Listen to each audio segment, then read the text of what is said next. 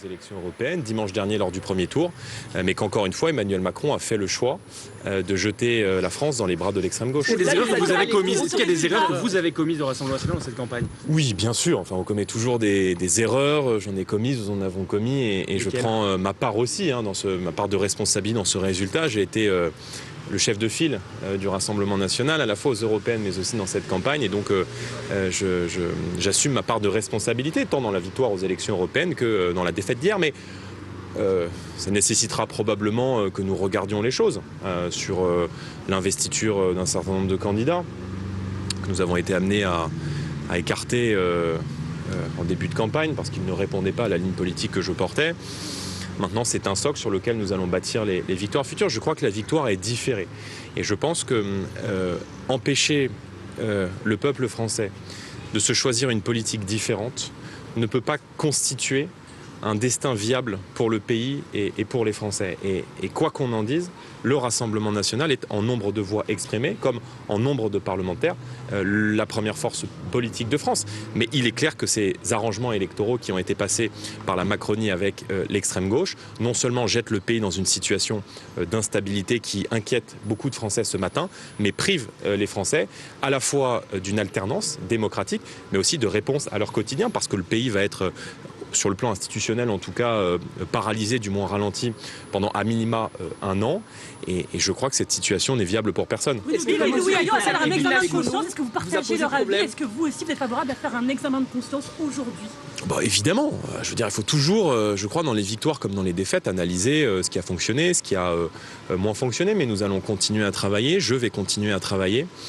Et je souhaite que nous revenions au prochain scrutin et aux prochaines élections encore plus préparés, encore plus attentifs aux demandes des Français et encore plus prêts à exercer les responsabilités. Mais nous gouvernerons et la vague qui nous porte est une vague puissante qui s'est exprimée encore hier à près de 37% d'intention de vote, telle qu'exprimée par les Français.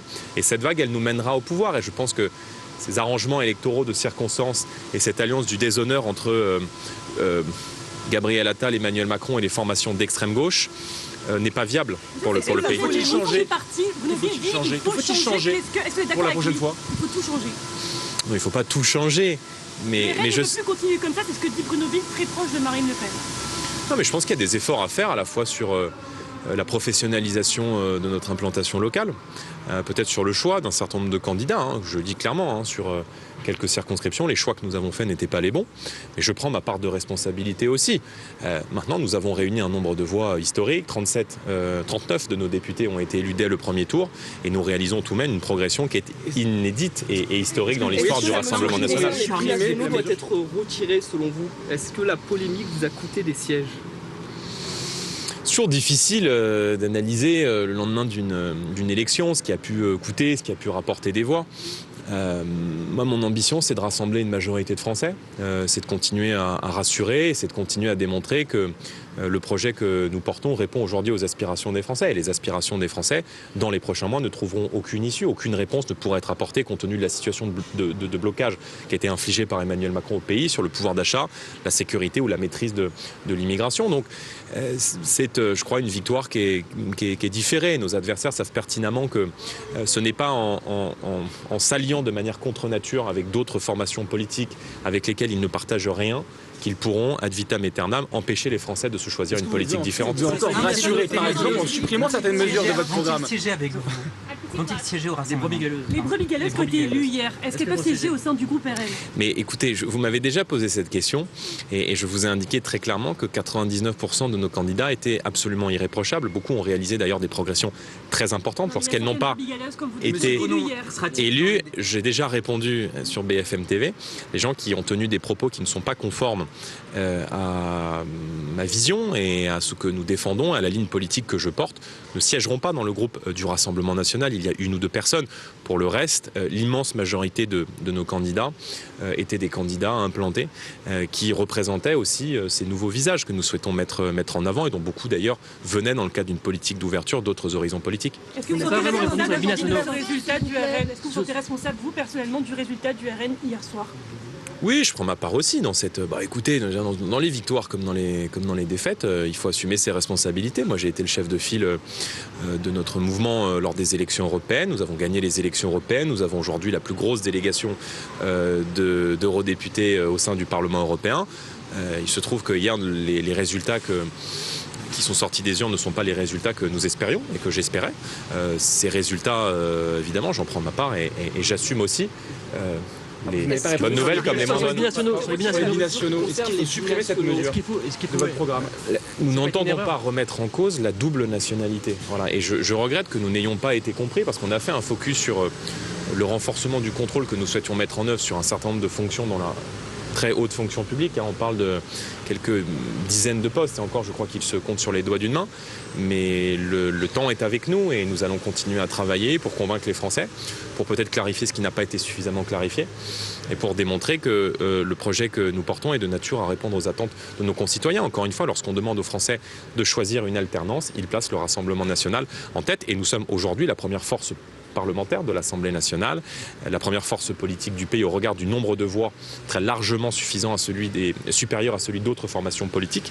Et nous allons évidemment continuer de travailler pour faire en sorte que ces accords électoraux ne soient pas une fin en soi. Quel poste stratégique vous visez à l'Assemblée, la Commission des Finances? À refaire, est-ce que vous rediriez partout sur le bateau que vous êtes prêts, que le plan Matignon a été lancé? Est-ce que ça vous le referez ou est-ce que ça vous vous dites c'était une erreur?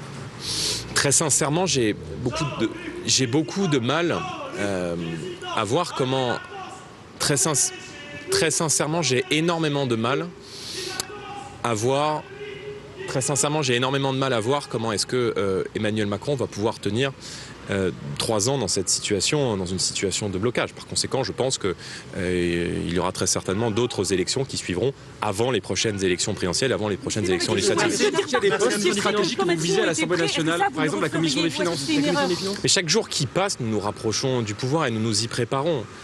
Encore une fois, pas tout a été bien fait, donc nous allons travailler pour faire en sorte que ce qui a été fait soit amélioré et que ce qui n'a pas bien fonctionné puisse être corrigé. Est-ce que ça passe par un poste stratégique à l'Assemblée, par exemple, le poste de président de la Commission des Finances? Au niveau international, monsieur Bardella. Monsieur Bardella. Voilà, première prise de parole de Jordan Bardella depuis sa prise de parole hier soir, depuis son discours. Nous gouvernerons, dit-il. Il assume une part de responsabilité dans cette 3e place. La victoire est différée, c'est ce qu'avait dit Marine Le Pen hier. Il le répète et il revendique donc d'être la première force politique de France. Et c'est vrai, Jean-Yves Dormagin, vous nous avez rejoint à écouter donc Jordan Bardella. Je rappelle que vous êtes professeur de sciences politiques à l'université de Montpellier et président de Cluster 17, un institut de sondage qui avait donné la gauche en tête assez rapidement hier soir. Finalement, est-ce qu'on peut parler de défaite pour le Rassemblement national qui obtient 143 députés aujourd'hui? C'est une première sous la Ve République. Il en avait, je crois, 2 en 2012 et 89 il y a 2 ans. Oui, alors... D'ailleurs, c'est intéressant, Jordan Bardella lui-même a parlé de défaite. Donc, ce qui est assez rare, finalement, c'est assez rare que la défaite soit reconnue. Alors, c'est une défaite par rapport à quoi? C'est une défaite par rapport aux attentes qui s'étaient constituées, aux récits qui s'étaient imposés au cours de cette campagne et qui donnaient une majorité au moins relative, sans doute absolue, même au soir du premier tour au Rassemblement national. Donc, c'est vrai qu'en une semaine, le scénario politique a été complètement inversé à une vitesse qui est tout à fait inhabituelle. C'est très rare que les rapports de force se modifient aussi vite. Ce qui les a modifiés, bien sûr, ce sont les désistements et les appels à faire front, à faire barrage au Rassemblement national. Et par rapport aux attentes qui étaient celles de Jordan Bardella lui-même, je pense que, je ne vais pas faire de psychologie, mais probable que Jordan Bardella se soit imaginé Premier ministre. Il est probable que les électeurs du Rassemblement national aient attendu cette victoire. Les autres l'ont craint, c'est d'ailleurs pour ça qu'elle n'a pas eu lieu, on y reviendra peut-être. Mais par rapport à toutes ces attentes qui avaient été constituées, à ces premières projections au siège dimanche dernier, il y a une semaine, c'est vrai que c'est une défaite. Après, si on replace l'évolution du Rassemblement national dans la durée, si on la regarde, la dynamique du Rassemblement national au cours ne serait-ce que des 20 dernières années, clairement, le Rassemblement national est en progression, il est en dynamique haussière, il était encore en dynamique haussière hier, il a eu plus de députés que la dernière fois, beaucoup plus qu'en 2017, incomparable évidemment, et donc la dynamique en réalité est une dynamique de progression, mais c'est une dynamique de progression dont le résultat est décevant au regard des attentes qui s'étaient progressivement constituées. Et c'est le Front républicain qui a permis cette défaite du Rassemblement national. Il a fonctionné, on avait quelques doutes en début de campagne. il a assez bien fonctionné. On n'est plus en 2002. Rappelez-vous le second tour de l'élection de 2002 entre Jacques Chirac et Jean-Marie Le Pen. Là, on a un front républicain qui est d'une intensité exceptionnelle. Quasiment tous les électeurs, depuis la droite jusqu'à la gauche radicale, votent pour faire barrage. Et Jacques Chirac est élu avec plus de 80% des voix et Jean-Marie Le Pen est écrasé lors de ce second tour. Là, on n'est pas dans une situation comparable. C'est-à-dire qu'il faut quand même relativiser. Le front républicain a un peu fonctionné, suffisamment fonctionné pour barrer la route au Rassemblement national, pour lui faire perdre cette élection, pour lui faire perdre la plupart des duels où il était opposé à la gauche ou à Ensemble, ou au camp macroniste. Donc il a perdu la plupart de ces duels, ce qui aboutit à ce résultat décevant pour lui. Mais c'est un front républicain qui marche quand même moins bien que par le passé. Quand vous allez regarder les résultats circonscription par circonscription, c'est souvent assez serré. C'est-à-dire le front républicain, il a suffi à donner ces 2, 3, 4, 5 points d'avance qui conduisent à des défaites dans les circonscriptions, mais ce n'est plus le Front républicain d'il y a 20 ans. Je crois qu'il faut aussi s'en rendre compte. Il y a toujours ce plafond de verre, en tout cas pour le Rassemblement national, parce qu'il n'a pas de réserve de voix pour le second tour. Est-ce qu'il paye aussi les mauvaises prestations de ces candidats qu'on a relayés ici et là, homophobes, racistes, antisémites ? Oui, alors ça a contribué à créer un climat d'entre-deux tours qui lui a été très défavorable. Il y a eu des violences qui lui ont été, à tort ou à raison, imputées. Il y a un certain nombre de ces candidats qui, en effet, se sont révélés imprésentables. Les médias ont largement mis en avant ces profils homophobes, antisémites, transgressifs, qui allaient à l'encontre de la stratégie de banalisation. Donc ça a contribué à conforter le vote de barrage, c'est-à-dire que beaucoup d'électeurs étaient hésitants. Ce qu'il faut comprendre, c'est ce qui s'est passé cette semaine. Dimanche dernier, il y a une semaine, beaucoup d'électeurs sont hésitants sur leur attitude à adopter au second tour, hésitent à s'abstenir ou à aller voter pour faire barrage. Et au cours de la semaine, ce qu'on a vu dans nos sondages, dans nos études, c'est la montée du vote de barrage. Pour aboutir hier au fait que 70% des électeurs de gauche sont allés faire barrage pour voter en faveur d'un candidat du camp macroniste, pour un candidat Ensemble, et 5 sur 10, 50% à peu près des électeurs macronistes sont allés voter pour le nouveau Front populaire pour faire barrage. Ça suffisait. Ces reports, ça suffisait à assurer la défaite du Rassemblement national. Et ça a progressé tout au long de la semaine. Donc les épisodes que vous citez, un certain nombre de dérapages de candidats ont contribué à installer ce climat qui était propice au vote de barrage.